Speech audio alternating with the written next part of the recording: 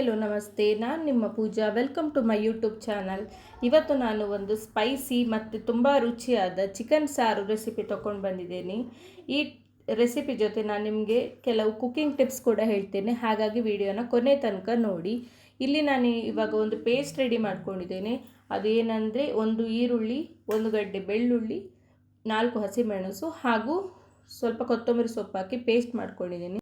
Next step, ಇಲ್ಲಿ ನಾವಿವಾಗ chicken ಬೇಯಿಸ್ಕೊಳ್ಳಿಕ್ಕೆ ಈರುಳ್ಳಿ ಹಾಗೂ ಟೊಮೆಟೊನ ಫ್ರೈ ಮಾಡ್ಕೊಳ್ಬೇಕು. ಸೊ ನಾನಿವಾಗ ಇಲ್ಲಿ ಒಂದು ಕುಕ್ಕರ್ ತೊಗೊಂಡು ಅದಕ್ಕೆ ಸ್ವಲ್ಪ ಎಣ್ಣೆ ಹಾಕಿ ಈರುಳ್ಳಿ ಹಾಕ್ಕೊಂಡು ಫ್ರೈ ಮಾಡ್ಕೊಳ್ತಿದ್ದೇನೆ.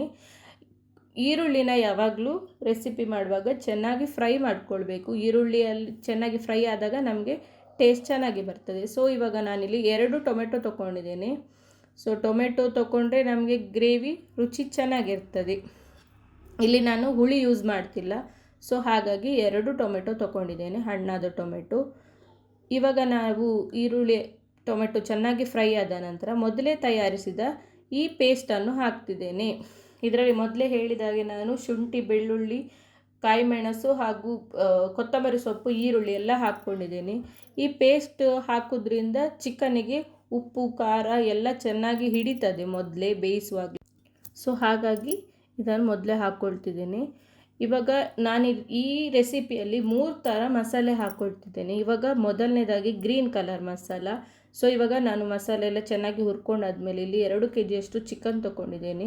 ಸೊ ಇದು ಊರ್ಕೋಳಿ, ಹಾಗಾಗಿ ಇದಕ್ಕೆ ವಿಸಿಲ್ ಬರಿಸಬೇಕು. ಬಾಯ್ಲರ್ ಕೋಳಿ ಆದರೆ ಈ ಮಸಾಲ ಹಾಕಿ ಒಂದು 10 ಮಿನಿಟ್ಸ್ ಕುಕ್ ಆದ ನಂತರ ಬೇರೆ ಮಸಾಲೆ ಹಾಕಿ, ಯಾಕಂದರೆ ತುಂಬ ಹೊತ್ತು ಬೇಯಿಸಿದರೆ ಚಿಕನ್ ಬೇರೆ ಮೂಳೆ ಬೇರೆ ಆಗ್ತದೆ, ತಿನ್ನಲಿಕ್ಕೆ ಅಷ್ಟು ಚೆನ್ನಾಗಿರಲ್ಲ. ಸೊ ಇಲ್ಲಿ ಇವಾಗ ನಾನು ಒಂದು ಚಿಕ್ಕ ಚಮಚದಲ್ಲಿ 2 ಚಮಚದಷ್ಟು ಅರಶಿನ ಹುಡಿ ಹಾಕ್ಕೊಳ್ತಿದ್ದೇನೆ. ಅರಶಿನ ಹುಡಿ ಮತ್ತು ಉಪ್ಪು ಬೇಯುವಾಗಲೇ ಹಾಕಬೇಕು, ಆವಾಗ ರುಚಿ ಹಿಡಿತದೆ ಕೋಳಿಗೆ.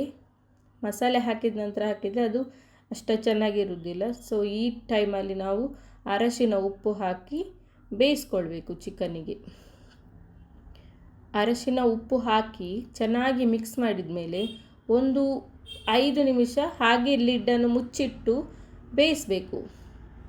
ಇದರಿಂದ ಅದರಲ್ಲಿ ಚಿಕನಲ್ಲಿರುವ ನೀರಿನ ಅಂಶ ಎಲ್ಲ ಬಿಡ್ತದೆ, ಆವಾಗ ರುಚಿ ಚೆನ್ನಾಗಿ ಬರ್ತದೆ. ಆ ನೀರೆಲ್ಲ ಬಿಟ್ಟಾದಮೇಲೆ ನಾವು ಇದಕ್ಕೆ ಒಂದು ಸ್ವಲ್ಪ ಅರ್ಧ ಲೋಟದಷ್ಟು ನೀರು ಹಾಕ್ಕೊಂಡು ಬೇಯಿಸ್ಕೊಳ್ಬೇಕು. ಇವಾಗ ನಾನಿಲ್ಲಿ 1 ವಿಸಿಲ್ ಬರೆಸ್ತಿದ್ದೇನೆ.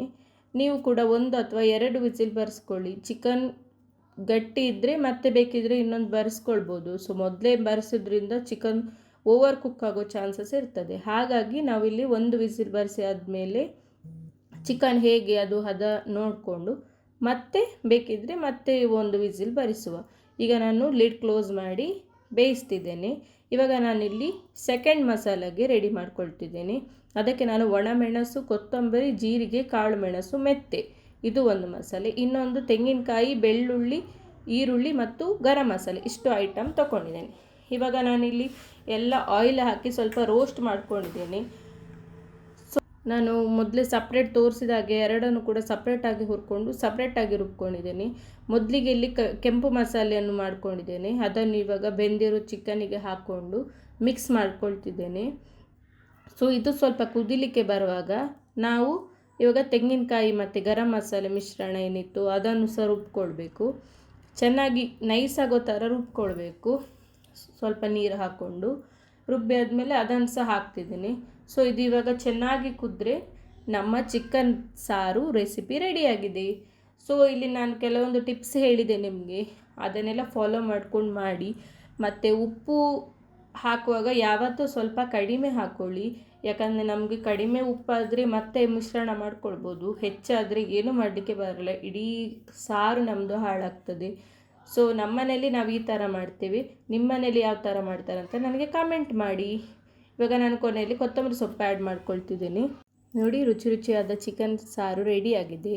ಸೊ ನಿಮಗೆ ಈ ವಿಡಿಯೋ ಇಷ್ಟ ಆಗಿದ್ದರೆ ಪ್ಲೀಸ್ ನನ್ನ ಚಾನಲ್ನ ಲೈಕ್ ಮಾಡಿ, ಕಮೆಂಟ್ ಮಾಡಿ, ಶೇರ್ ಮಾಡಿ, ಹಾಗೆ ಈ ಚಾನಲ್ನ ಸಬ್ಸ್ಕ್ರೈಬ್ ಮಾಡಿ. Thank you for watching.